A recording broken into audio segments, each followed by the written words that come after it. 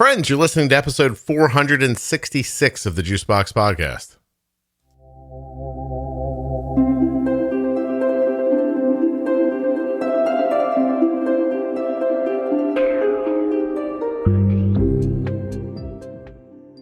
Today, you're going to get a 2-for-1 defining diabetes, as Jenny Smith and I define beta cells and C-Peptide.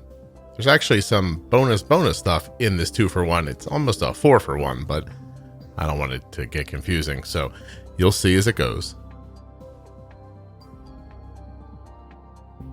While you're listening, please remember that nothing you hear on the Juicebox Podcast should be considered advice, medical or otherwise. Please always consult a physician before making any changes to your healthcare plan or becoming bold with insulin. After you're done listening to the podcast today, head to omnipod.com/juicebox and take the pod for a test drive. You can ditch your daily injections or send your pump packing. Try the Omnipod tubeless, wireless, continuous insulin management system. All you have to do is head to omnipod.com/juicebox. And when you get there, you're going to find out if you're eligible for a free 30-day trial of the Omnipod Dash. That is crazy. Just get over for free for a whole month. I know you know this, but there are 12 months in a year. You're getting 1/12 of the year for free. You may be thinking right now, Scott, is Omnipod still offering the free no obligation demo pod at omnipod.com/juicebox? Well, yes, they are. So head on over and see what option is right for you. There are also links in the show notes of your podcast player and at juiceboxpodcast.com. If you can't remember, omnipod.com/juicebox. I feel like I say this a lot at these in the beginning of these defining episodes, but I'm just going to come clean and tell you that I hear people say C-Peptide all the time, and I don't know what it means. But here's my best story.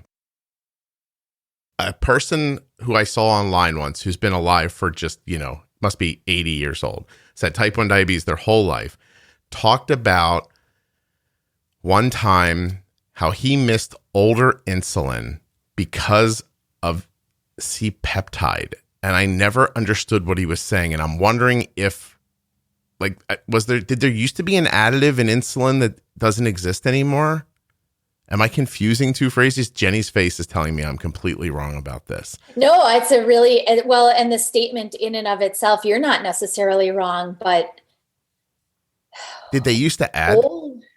Older insulin, they wouldn't have added C-Peptide. There's no purpose. So okay. I think the definition of C-Peptide will give you reason for the faces that clearly nobody else can see that I'm making to you to look absurd. Well, it kind of goes to my confusion about it because no one says this word out loud ever.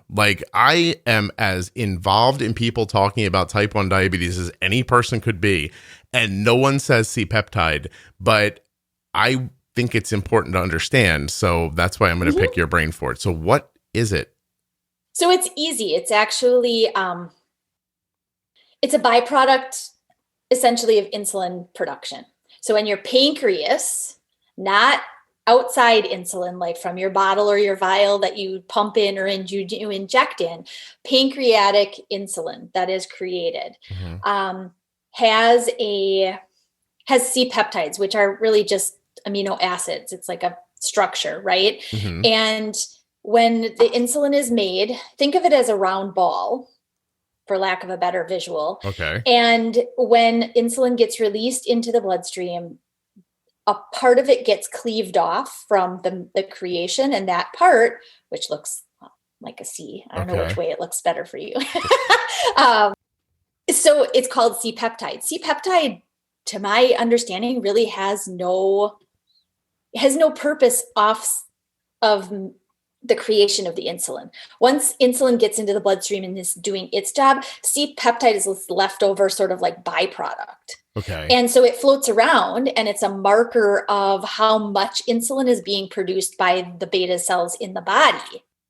But outside generically created insulin or lab created insulin does not have C-peptide in it. It was not created by the body. So that's why somebody with diabetes, even using rapid insulin or a basal insulin or anything, they can still have C-peptide levels drawn to see what is their actual beta cell put out, if any,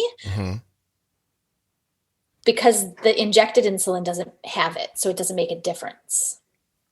But does that No, it clear does. up? It does, but it doesn't. So it doesn't do anything. There's no like C-peptide has no function. It's just a measurement we use to say, okay, so the less, I'm assuming the less C-peptide that can be found with testing is an indication of less and less insulin being produced. Correct. By the pancreas. So there are markers, certain lab levels that if it's under this level, that's diagnostic of type 1 diabetes. Some people get their C-peptide levels tested through the course of the years, to see, is it declining? Is my C-peptide level, I'm obviously still type 1, but is it kind of like stabilized? Am I not really losing any more betas or whatever? I mean, quite honestly, obviously we know that once you have type 1 diabetes, you have type 1 diabetes.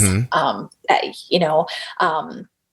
I think another way to think about C-peptide in terms of it being a byproduct, it's sort of like when you're burning wood in your fireplace, C-peptide is like the smoke that just sort of it doesn't really have a purpose. It's not going to give you heat. It smells nice maybe, but it doesn't really do anything else. It's a good measure that there's a fire somewhere. But it's a good measure that there's a fire somewhere. Right. Exactly. So it's a marker essentially. So that's why I kind of made that funny face at the comment, because older insulin, and I'd have to do some homework, but older insulin, to my knowledge, didn't really, it wouldn't have had C-peptide for a benefit of the insulin action. It makes me wonder if, I hate to say this like this, but it makes me wonder how sometimes people see things that aren't really there.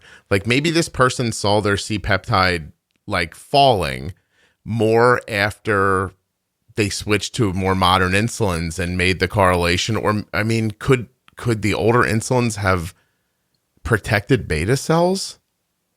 No, right? It doesn't feel, so. There's no really the only protection from beta cells in the initial diagnostic time period is the faster you get containment of your blood sugar, the less stress on those betas, as well as the knockdown of the immune system that is constantly trying to destroy them. So you add in sort of this outside insulin to keep the blood sugars controlled, which means the betas don't have to work as hard. So you may, in terms of that, help preservation of the beta cells initially.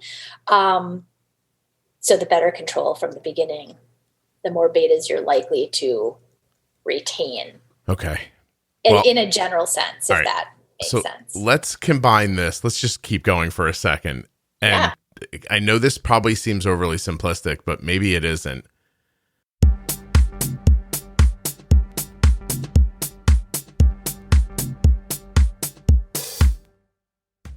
All right, so we've already talked about the Omnipod, and you can go check out that free 30-day trial of the Dash system at omnipod.com/juicebox, as well as demo pods, and just go see if you're eligible. But we still haven't spoken about the Dexcom G6 today. At dexcom.com/juicebox, you can learn more about the Dexcom G6, Siri integration, that it's indicated for children 2 and above, that you can share your data with up to 10 followers, and that there is smart device compatibility with tons of phones that are both Android and iPhone. There are customizable alerts and alarms that will let you know if you're heading higher or lower and leaving the range that you get to set. There's so much going on with the Dexcom G6. It gives back, I was going to say it gives back data that helps us make great decisions, but it just gives back. If you use man-made insulin, the Dexcom G6 is a friend. Check it out at dexcom.com/juicebox. There you can get started with the Dexcom G6. It's a tiny bit of information that you fill out and you're on your way. The Dexcom G6 is one of the best decisions we've ever made for my daughter. My daughter and I use the Dexcom G6 every day. Every day is not even enough. We just use it constantly. It's there when it needs to be there, and it's not in the way when it doesn't. Check it out. Last thing before Jenny and I define beta cells and some other stuff, don't forget to go to touchedbytype1.org and follow them on Facebook and Instagram. touchedbytype1.org. Just go check them out. You'll be happy that you did.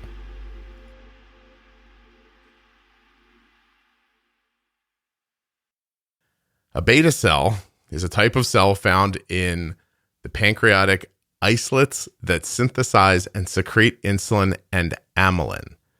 Beta cells make up 50 to 70% of the cells in human isolates. In patients with type 1 diabetes, beta cell mass and function are diminished, leading to insufficient insulin secretions and hyperglycemia. I guess we need to tell people what beta cells are, just because they came up, and I've never said it out loud on this podcast once, I don't think. So I'm going to do my best, and then you're going to tell me everywhere I'm wrong. But again, going back to an episode I did recently, I found out that beta cells are like, you only have like a gram of them in your body. It's apparently it's tiny. Yeah. So, okay, let's figure that out. Well, the pancreas is a very tiny, it's a gland. So your pancreas is tiny comparative to the very large organs like your liver and your stomach and your heart and everything. I mean, the pancreas is this tiny little thing. That when that was said, again, I think in episode 451, I was like, huh, really? Like, like I do love doing this podcast because people say things. I'm like, I never knew that. But so there are these beta cells, and their job, right, make insulin and amylin, which I guess we have to say now what amylin is because we keep bringing things up. But